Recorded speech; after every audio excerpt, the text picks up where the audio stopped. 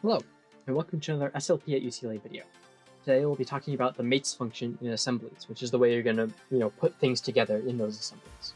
So right here I have my, I call this top 3, and this is just a part, and I've already floated it, as we showed in the last video.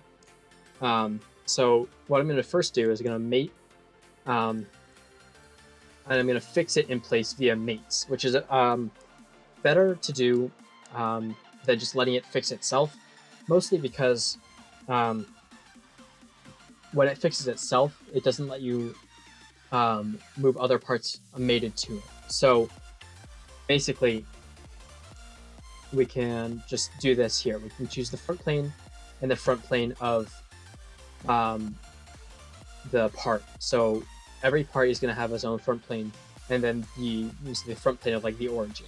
So we're going to choose that, and it's going to automatically choose the coincident mate. The coincident mate just means that they're like touching, right? So we're going to click the check mark, and it's going to create this mate down here. You can kind of see it if I move my mouse icon out of the way, the coincident mate down here. So if I move it back, we can do the same thing with the top plane and the top plane. And you can see the part is moving around to those specific areas. And now when I click the check mark again, the mates go away, and I have this mates down here. There's a list of all the mates that I have in my assembly. And now if I click and drag, I cannot drag it around because it's fixed in place via those 2 mates. So now let's insert some more components. We'll take this guy. And so what we're going to do with this is we're going to show you some more kind of mates. So let's say I want this face and this face to always remain parallel, right? I don't want it to be coincident because that would mean it's all the way up there. I really want to put this circle in this circle, obviously.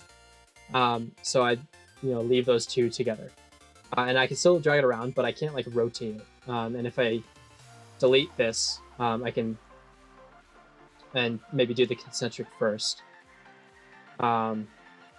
which is just selecting 2 round faces, cylindrical faces.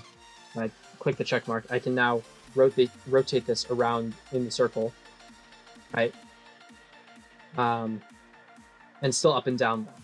So let's say that this and this are parallel, but maybe I want this this side to be, it facing this way instead of facing the other way. And to do that, I can just come down here and click this mate alignment, and it's covered up. Mate alignment here, and it'll turn itself around. I can click the check mark, and now I can no longer rotate around. I can just move it up and down. So to keep it from moving up and down, we're going to click the coincident and click this 2 faces.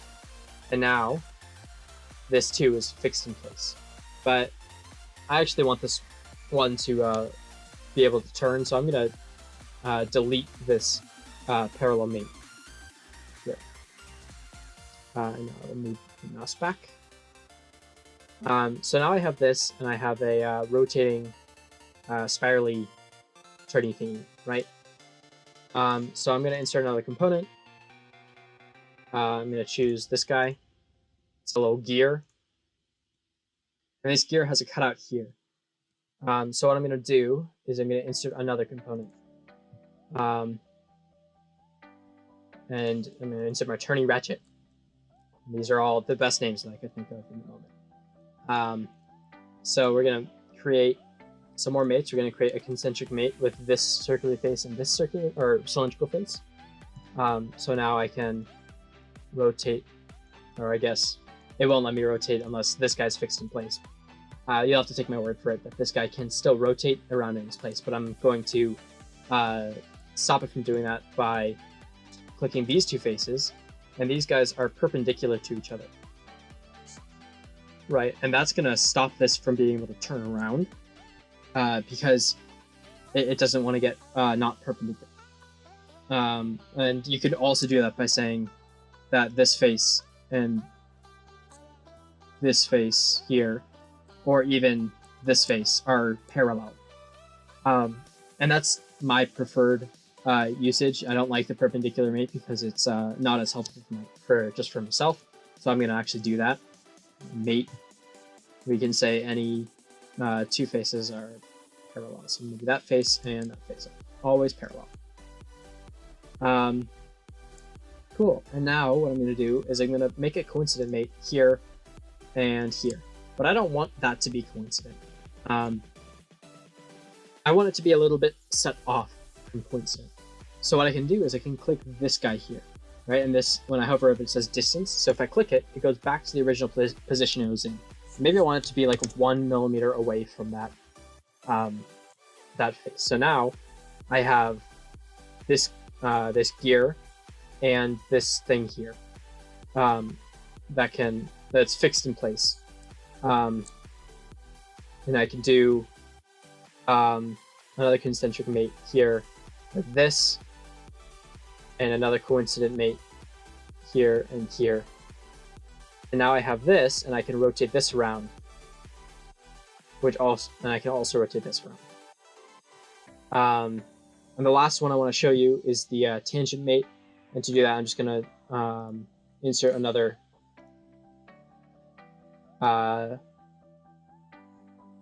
we'll insert another rotator gear here. And the tangent mate is basically what you would expect. You select a circular face and a flat face, and they'll become tangent. And you can do the same thing with the distance. You can click here and say maybe it's 0.5 millimeters away, and it'll be tangent, but 5 millimeters away. So say it's 5 millimeters all the time. All right, those are the standard mates. There are other mates that are a little more complicated. You won't really need to know until later, and we'll have other videos on the channel that you can look at if you're interested in checking out those kind of mates. But for now, feel free to explore these standard mates. There are a lot of interesting combinations that you can make to make things move in particular ways. So I hope you learned something today. Thank you for watching and have a great day.